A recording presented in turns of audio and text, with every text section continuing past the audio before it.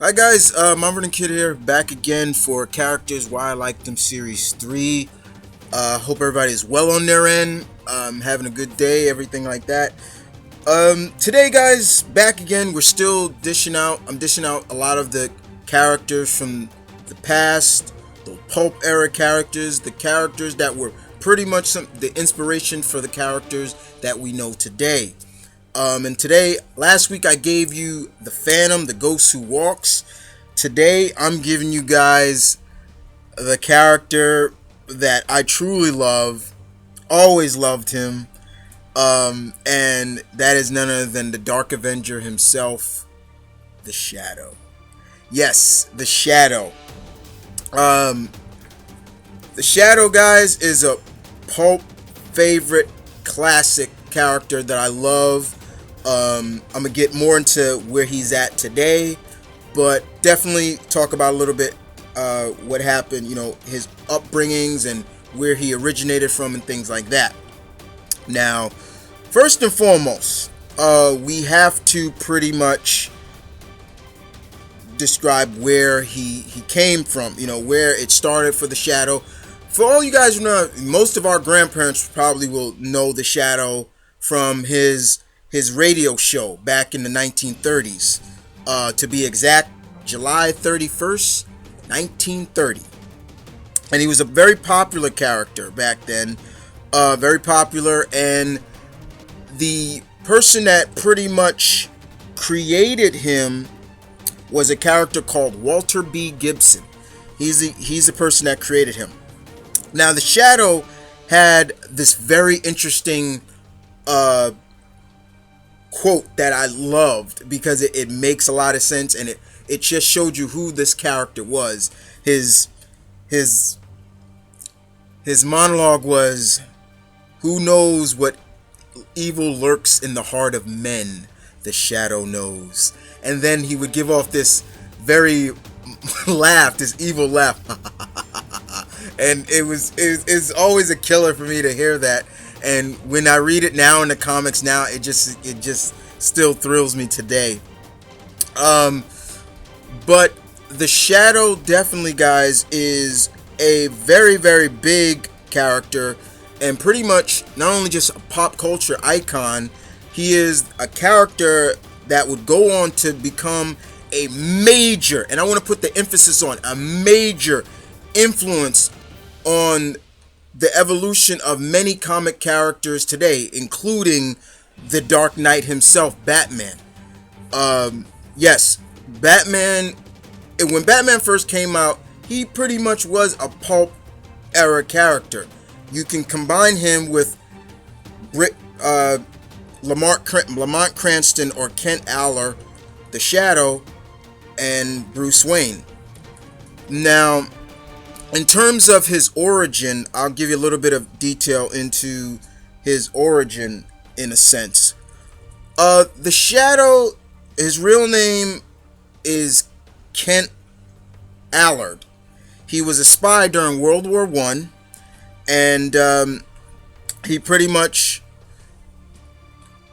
was fortunate enough to survive the ordeals of that war, and he made a fortune in different regions of the world, pretty much, and that incorporated his gold into becoming the character he would become later on.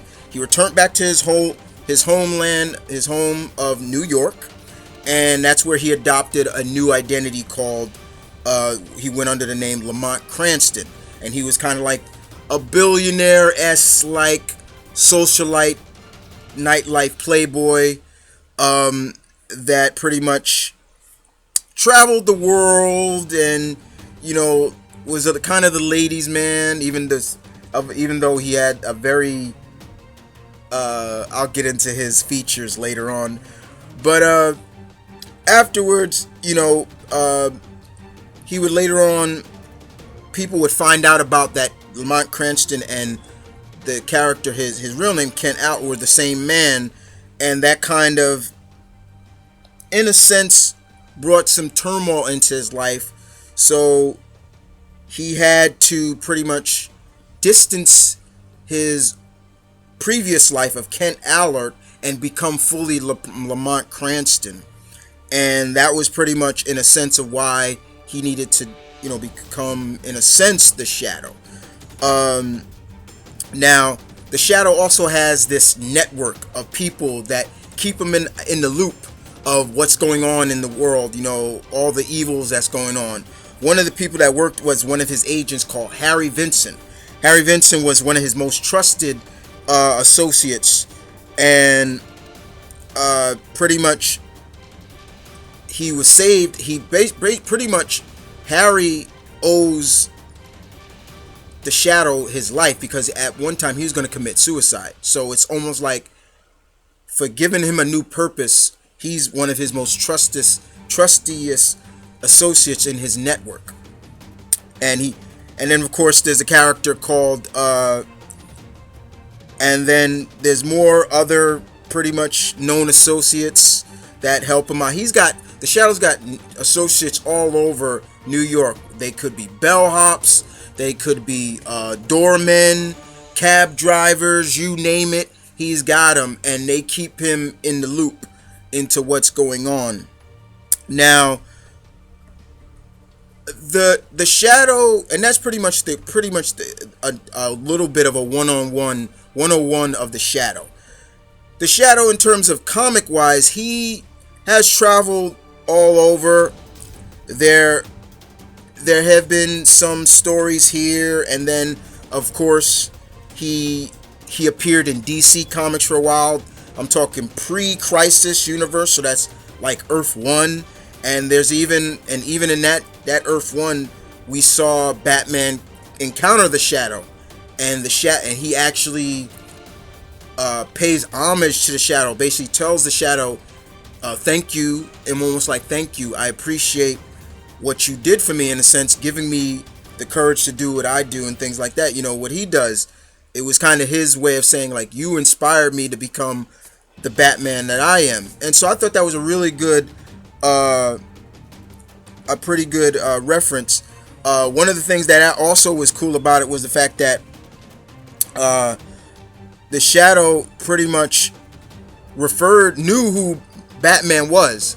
In that comic, he referred to Batman as Bruce Wayne, and he basically went on to say, the Shadow knows, which is another one of his key quotes. And he then offers, in that comic, I do recommend trying to find it. I read it once, and in that comic he actually offered Bruce one of his .45 caliber. See, I got the Phantom and the Shadow mixed up, which guns. See, like I said, guys, I'm not a gun man, and the Shadow carries the .45s, and unfortunately, pretty much, and that was like a token of his respect to Batman, but Batman declined and said, that's not my way.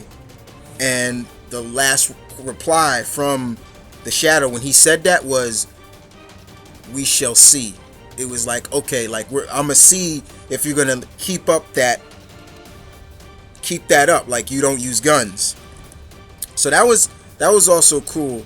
Now, unfortunately, the Shadow would continue with DC for a while, but then after a short amount of time, DC really didn't know where to go with the character, in a sense, and we saw finally later on that Dynamite Comics got the license for the Shadow, and Dynamite, to me, has been doing a tremendous job with this character. They have really showcased who this character is.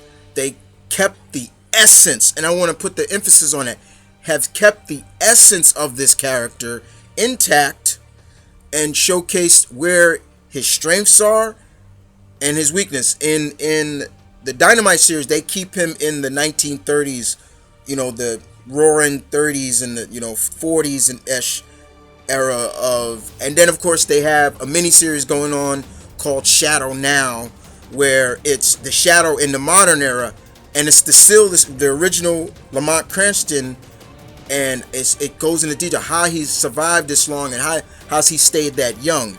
Now, I'm gonna give you a little detail on to the Shadow, like what he's able, why, in the sense of, what is he like? Can he a lot of people probably ask yourself, okay, what is so special about this guy? The Shadow pretty much has the ability to control the. He has a lot of key elements that he learned from the war as a spy. He can control his vocal cords. He can throw his voice. He's a master of disguise. He's really good at stealth. He has a photographic memory. And so he's very intelligent. But he also, through the mysticism, when he spent some time in a mystical city called Shambhala, it pretty much he was able to control people's mind. He can. It's almost like Jedi mind trick. He can just alter your mind and make you forget things, and he uses those abilities as well. And that's why he always says he knows what lurks in the hearts of evil. He knows what evil lurks in the heart of men, so he can read you very easily.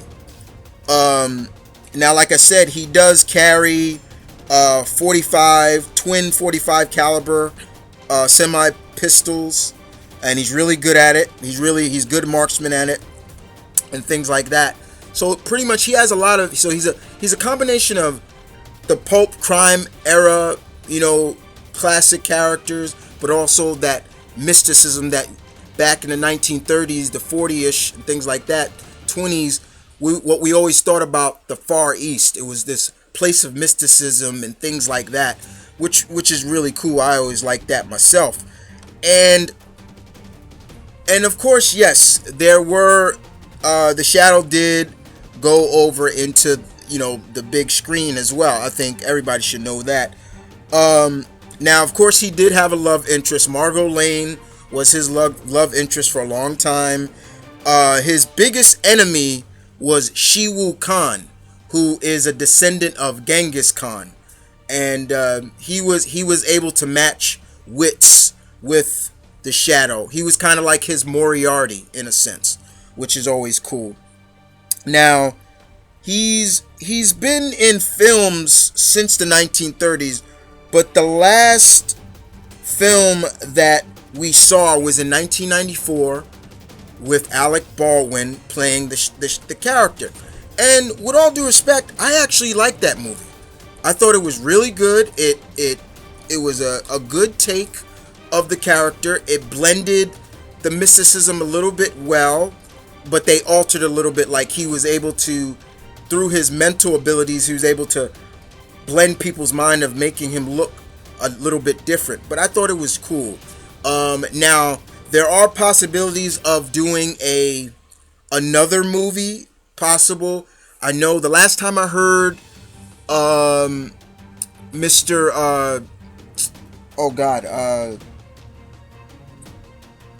Raimi wanted to do a new take of The Shadow, bring it to the big screen. And I wouldn't mind seeing what Sam Raimi could do if he could do it well. But the thing I always say is keep him in his environment, which is the 1930s, 1940ish, 40s in a sense.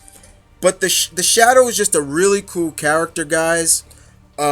He's another one of those pulp era characters that I highly, truly recommend to people. Sorry about that. Highly recommend to people.